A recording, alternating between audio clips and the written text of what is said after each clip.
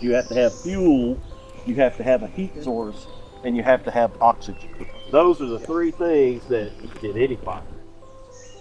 So we're at Berea College Forestry Outreach Center, and we're here doing our Forest Fire Field Day. This is a great partnership working with the Kentucky Division of Forestry. They're able to provide some resources for us. They have the trucks, the equipment, and the gear, and it allows the students to have that hands-on training, interact with forestry professionals, learn about potential career opportunities. You know, a lot of what they're learning is online, and so by coming out here, they're able to use the hand tools, see the different types of tools, see what a drip torch is, use the fire shelters, practice getting in and out of those fire shelters. So it's just they're able to do things that they can't get in the classroom, and really understand kind of the importance of doing these activities. So today, so far, the group I'm with has done the fire shelters, learning how to get into the fire shelter within the allotted amount of time. We learned about the different hand tools, more than just hand tools. We also learned about what they keep on their engines, all that kind of stuff. And then right now we're out here digging a hand line. So it's always a big teamwork thing, no matter what, because it's the whole, you work as a team, you're gonna get more done.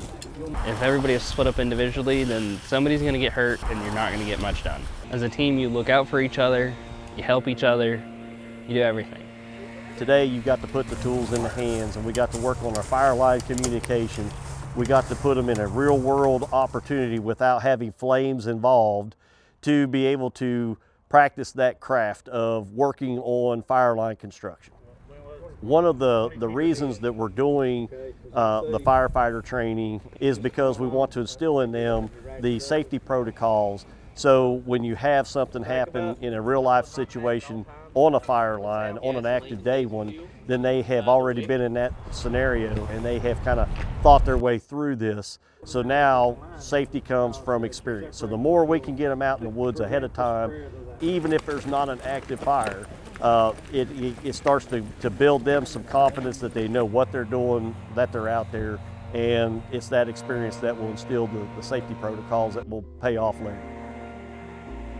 For starters, it's a safety training. We all have to, get the safety standards down. Two, we've learned how to correctly construct a fire line, which was actually a lot of fun. It's hard work. We'll be learning how to use a safety shelter. We've learned tools, equipment. There's a lot. It's a lot to take in. FireCats is a partnership we have with the Kentucky Division of Forestry, and that's where students, after receiving this wildland firefighter type 2 training, they're eligible to work with the Kentucky Division of Forestry as emergency firefighters. And so we usually have that starting in the beginning of the academic year, and they will work with the Kentucky Division of Forestry during the fall fire season and spring fire season.